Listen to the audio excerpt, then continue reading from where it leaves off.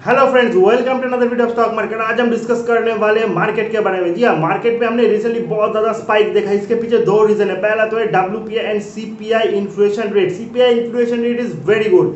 उसी के साथ साथ Morgan Stanley India, Morgan Stanley को सभी फॉलो करते हैं। मॉर्गन स्टैनली ने यह कहा है कि दिसंबर 2021 तक सेंसेक्स विल टच 61,000 लेवल, जो कि बहुत बड़ा अचीवमेंट है। प्रेजेंटली अगर हम देखें तो उससे 20% का अपसाइड मॉर्गन स्टैनली ने दिखाया इन द सेम ईयर। अगर हम देखें तो इस पर्टिकुलर ईयर में ऑलरेडी 6.6 मंथ बाकी है एंड सिर्फ इंडेक्स अगर 20% बढ़ता है तो इससे बड़ा रिटर्न क्या हो सकता है, जो मार्केट के लिए बहुत बड़ा पॉजिटिव फैक्टर्स है। लेकिन मॉर्गन स्टैनली ने ऐसे ही इस चीज को नहीं किया। उसके पीछे उन्होंने 4 इंपॉर्टेंट लॉजिक भी दिए हैं। कौन कौन से वो लॉजिक है उसको भी हम समझ लेते हैं। लेकिन मॉर्गन स्टैनली ने 2 चीज कहा है। एक कहा है अगर सबसे बढ़िया मार्केट परफॉर्म करता है तो in that case 60,000 plus index जाएगा। अगर मार्केट नॉर्मल भी रेट से भी ग्रो करता है तो उसमें भी 55,000 यानी 10% अपसाइड फ्रॉम प्रेजेंट मार्केट से इंडेक्स दिखा सकता है, जो भी एक बड़ा अचीवमेंट हम कह सकते हैं।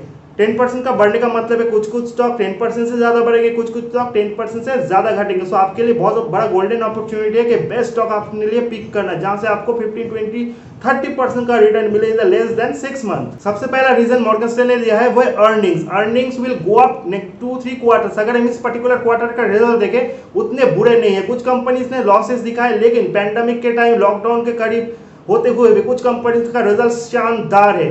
And in the next quarter शायद थिंग्स विल अंडर कंट्रोल, सब कुछ नॉर्मलाइजेशन हो जाएगा। सो 2-3 क्वार्टर से बाद जब थिंग्स विल गेट नॉर्मल तो कितना बढ़िया अर्निंग रिजल्ट कंपनी शो करेंगे उसके बारे में हम सिर्फ एक्सपेक्ट कर सकते हैं, जो कि इंडेक्स को बढ़ाने में बहुत बड़ा मदद करेगा। अब जान लेते हैं सेकंड रीजन के बारे में। Reasonable and relative valuation of index compared to other global market. In the last 1 year जब मार्केट गिरे थे, सारे दुनिया भर के मार्केट में हमने बहुत ज्यादा करेक्शन देखा था ड्यू टू पैंडेमिक। उसके बाद सारे दुनिया भर के मार्केट में हमने बहुत ज्यादा अपसाइड देखा है। बट अमेरिकन मार्केट हो, यूरोपियन मार्केट हो या फिर और एशियन मार्केट, वो जिस तरह से बढ़े हैं, निफ्टी उस रेट से नहीं बढ़ा। निफ्टी में हमने बहुत अच्छा स्पाइक देखा है, लेकिन अभी भी निफ्टी अंडर परफॉर्म कर रहा है कंपेयरिंग टू ग्लोबल मार्केट्स। इसलिए हम ये कह सकते हैं जो वैल्यूएशन है वो रीजनेबल है। शायद जिस रेट से मार्केट बढ़ा है उसको तो हम रीजनेबल वैल्यूएशन नहीं कह सकते। जिस तरह से कंपनी ने अपने रिजल्ट को शो किया है उस तरह से भी हम रीजनेबल नहीं कहते। लेकिन अगर जब इंटरनेशनल मार्केट के साथ हम कंपेयर करते हैं तो in that case Indian market का वैल्यूएशन रीजनेबल है। इसको एफपीआई देखते हैं। फॉरेन इंस्टीट्यूशन इन्वेस्टर जब किसी मार्केट में इन्वेस्ट करते हैं तो वो वैल्यूएशन को बहुत इंपॉर्टेंटली फॉलो करते हैं। Valuation wise Indian market is still reasonable value. Third reason है trailing under performance by dollar term 6 to 7% comparing to other global market. Indian जो मार्केट है वो अभी दुनिया भर के और दूसरे मार्केट के कंपैरिजन अंडर परफॉर्म कर रहा है डॉलर टर्म में 6 to 7%, जो कि इंडियन मार्केट को इन अपकमिंग फ्यूचर अच्छा हेल्प करेगा टू परफॉर्म वेल। क्योंकि डॉलर टर्म में अगर कोई कंट्री कोई इंडेक्स 6 to 7% अंडर परफॉर्म करता है तो उसका वैल्यूएशन भी अट्रैक्टिव बन जाता है। एंड सारे दुनिया भर के जो मार्केट है, दुनिया भर का इकोनॉमी है, वो डॉलर के बेसिस पे ही काम करता है। सो इन दैट केस भी ये पॉजिटिव फैक्टर है। एंड लास्ट चीज हम जान लेते हैं नंबर 4 रीजन के बारे में, वो है strong policies. Government of India या फिर आरबीआई है, बहुत सारे पॉलिसीज अनाउंस किए इन द लास्ट फ्यू क्वार्टर्स में, जिस कारण मार्केट को बहुत ज्यादा सपोर्ट मिला है, इकोनॉमी को सपोर्ट मिला है, मार्केट में बहुत अच्छा लिक्विडिटी क्रिएट हुआ है। एंड सबसे इंपॉर्टेंट फैक्टर है मैक्रो इकोनॉमिक्स। मैक्रो इकोनॉमिक्स का परफॉर्मेंस काबिल तारीफ है। डब्ल्यूपीआई सीपीआई जो इन्फ्लेशन रेट है वो भी अच्छा है। हालांकि डब्ल्यूपीआई थोड़ा ज्यादा है, लेकिन मार्केट देखता है सीपीआई को।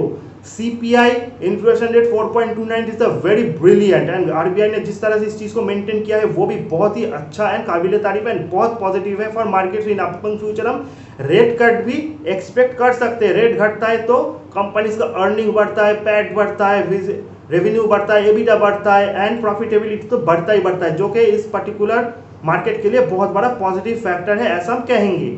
एंड लोगों का स्पेंडिंग पावर भी बढ़ेगा अगर रेट ऑफ इंटरेस्ट घटता है। तो every parameters is very good. So in 4 parameters के ऊपर बेस करके ही मॉर्गन स्टैनली ने यह कहा है कि मार्केट 20% बढ़ेगा। अब कितना बढ़ेगा ये तो हम नहीं कह सकते, शायद कोई नेगेटिव न्यूज से मार्केट गिर भी सकता है, लेकिन every opportunity will be a golden opportunity. अगर मार्केट 10-20% करेक्ट भी होता है वो गोल्डन अपॉर्चुनिटी होगा मार्केट में इन्वेस्ट करने के लिए rather than exit. And Morgan Stanley ने जो लॉजिक्स दिए वो भी एक्सेप्टेबल है ऐसा हम कहेंगे। अगर ये छोटा वीडियो आपको इन्फॉर्मेटिव लगा, अच्छा लगे तो चैनल को लाइक, सब्सक्राइब और शेयर करना मत भूलिएगा। See you in the next video guys, till then good bye. Hello friends.